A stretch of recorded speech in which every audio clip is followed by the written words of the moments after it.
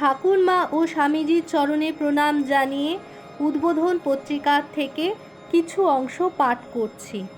আজকের বিষয় সংসারের তাপের মধ্যে থেকেও আমরা নিজেরা কিভাবে বরফ শীতল থাকতে পারবো। স্বামী সর্বপ্রিয়ানন্দ মহারাজ। তো মহারাজ আমাদেরকে বলছেন কিভাবে সংসারের এই প্রচণ্ড তাপের মধ্যে আমরা নিজেরা কিভাবে বরফ শীতল থাকতে পারবো, অর্থাৎ সংসারের এই যন্ত্রণার মধ্যে আমরা কিভাবে নিজেদেরকে শান্ত এবং শান্তিতে রাখতে পারবো তার পথ। তো দেখি, প্রথম কথা হলো আমরা নিজেরা প্রত্যেকে যেন একটা নৈতিক আদর্শ স্থির করি নিজেদের জন্য। প্রথমে আমাদের বলছেন আমাদের একটা নৈতিক আদর্শ স্থির করতে নিজেদের জন্য, এবং যে কোনো মর্মে সেই আদর্শকে যাপন ও পালন করতে যেন পিছপা না হই, এবং যে কোনো মর্মে সেই আদর্শকে যেন আমরা যাপন ও পালন করি।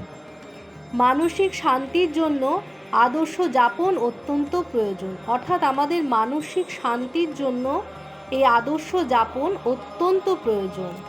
যদি আমরা নিজেরাই নিজেদের নৈতিক জীবন ও আদর্শ পালনে বারবার ব্যর্থ হই, বিচ্যুত হই, তখন আমাদের অন্তরাত্মাই আমাদের বলতে থাকবে তুমি মানুষটি ভালো নও।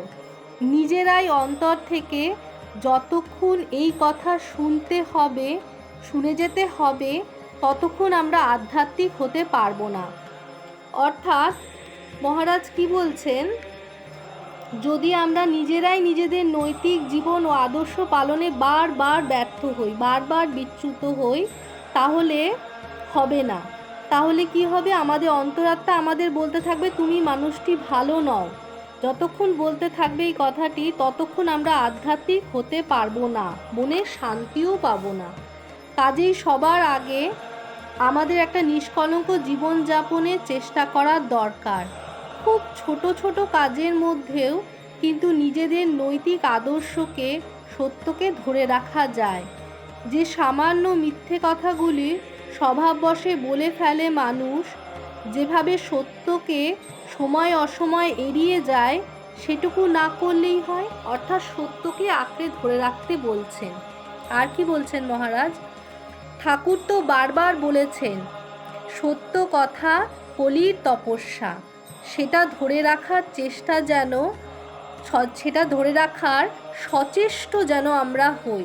তার পাশাপাশি সবার সঙ্গে সদ্ভাব বজায় রাখা। এমনকি যে মানুষটি আমাদের ক্ষতি করার চেষ্টা করেছে তারও মঙ্গল কামনা করা খুব প্রয়োজন। অর্থাৎ যে মানুষটি আমাদের ক্ষতি করছে তার জন্য আমরা মঙ্গল কামনা করব। সে তো সংসারের মোহ মায়ায় আবদ্ধ হয়ে নিজের ক্ষুদ্র স্বার্থ সিদ্ধির জন্য আজ এরকম ব্যবহার করছে, কিন্তু তার অন্তরে যে ঈশ্বর বিরাজমান, আমার অন্তরেও সেই তিনি, এ কথা সে জানুক। অর্থাৎ মহারাজ বলছেন যে মঙ্গল কামনা করতে, যে আমাদের ক্ষতি করছে তার জন্য মঙ্গল কামনা করতে। আর কি বলছেন, তার সমসাময়িক দোষ বা ভুলের জন্য যেন তার ক্ষতি না করি, তার ক্ষতি করতে বারণ করছেন। আর বলছেন মানুষকে তার মোহ থেকে বের করে আনার জন্য যদি ভয় দেখাতে হয় তাহলে ফোঁস করা উচিত, এটি ধর্ম পালনের মধ্যেই পড়ে। অর্থাৎ তার সাময়িক দোষ এবং ভুলের জন্য আমরা কিন্তু তাকে একটু ভয় দেখাতে পারি, অর্থাৎ ফোঁস করতে পারি। এটা কিন্তু ধর্ম পালনের মধ্যেই পড়ে। ভুল আমাদের প্রত্যেকেরই হয়, ভুল তো আমরা প্রত্যেকেই করি, মানুষ মাত্রই ভুল করে।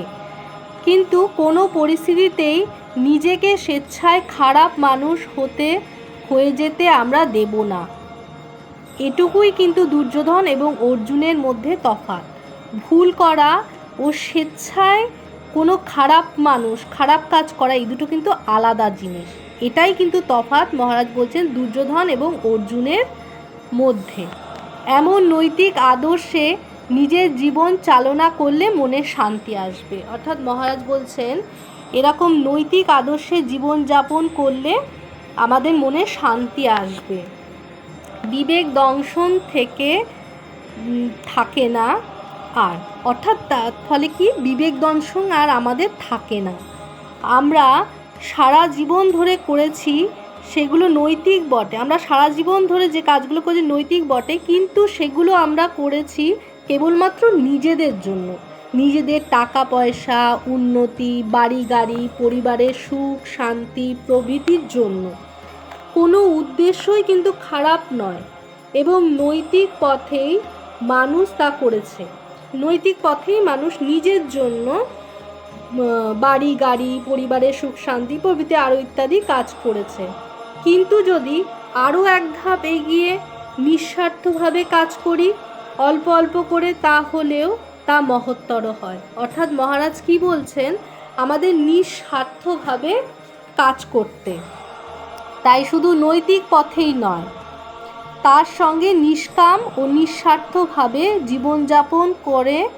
জীবনযাপন করা আরও পূর্ণতা দেয় মানুষকে। অর্থাৎ মানুষকে পূর্ণতা দেয় কি, নিষ্কাম ও নিঃস্বার্থভাবে জীবনযাপন করা, সাথে নৈতিক পথে তো আমাদের চলতেই হবে। নিজের স্বার্থের বাইরে অন্যদের ভালো রাখার জন্য কিছু করলে সে নিজে আরও বেশি ভালো থাকবে।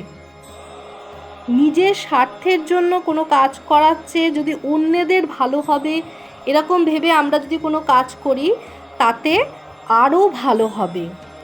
যদি কেউ অল্প বয়স থেকে স্বল্প পুঁজি দিয়ে সীমিত ক্ষমতার মধ্যেই মানুষের সেবায় প্রবৃত্ত হতে পারে, অল্প বয়সে স্বল্প পুঁজি দিয়ে মানুষের সেবায় যদি সেবা করে, তাহলে তার বিত্ত ক্ষমতা বাড়লে সে নিঃসন্দেহে আরও বেশি সেবা কর্মে অংশগ্রহণ করবে। তার ক্ষমতা যদি পরে বাড়ে, সে আরও বেশি সেবাকর্ম করবে। কিন্তু কেউ যদি ভাবে আগে বিত্তশীল হব তবে সেবা করব, তাহলে সেই সেবা শেষ অবধি না হওয়ার সম্ভাবনাই বেশি, তাহলে সেটি কি সম্ভব না হয় বেশি। প্রকৃতপক্ষে নিষ্কাম কর্মই আনন্দ দেয়। তো মহারাজ আমাদের কি বলছেন, প্রকৃতপক্ষে নিষ্কাম কর্মই কিন্তু আমাদেরকে আনন্দ দেয়।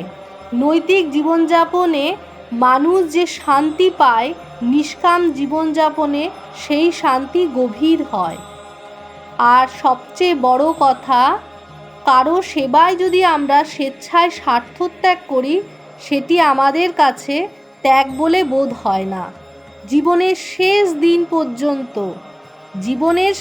দিন পর্যন্ত ওই ত্যাগের মাধ্যমে আমাদের মনে অপরিসীম আনন্দ আর প্রাপ্তিবোধ আসবে। তাহলে জীবনের শেষ দিন পর্যন্ত আমাদের জীবনে অপরিসীম আনন্দের প্রাপ্তিবোধ কিসে আসবে, যদি আমরা সেবা করি, স্বার্থত্যাগভাবে স্বেচ্ছায় স্বার্থত্যাগ করি, তবে আসবে। কর্ম থেকে আরও গভীরে মনের স্তরে যদি প্রবেশ করতে পারি, তাহলে দেখব আমাদের মনকে সর্বাবস্থায় ঈশ্বর চিন্তায় নিমগ্ন করে রাখলে তবেই শান্তি। অর্থাৎ কর্ম থেকে যদি আরও গভীরে মনের স্তরকে আমরা নিই, মনের স্তরে যদি প্রবেশ করি, তাহলে আমরা কি দেখতে পারবো, আমাদের মনে সর্বাবস্থায়, সব সময়, যে কোনো অবস্থায় ঈশ্বর চিন্তায় মনকে যদি আমরা নিমগ্ন রাখতে পারি, ঈশ্বর চিন্তায় যদি আমরা আমাদের মনকে রাখতে পারি, তবেই আমাদের শান্তি আসবে।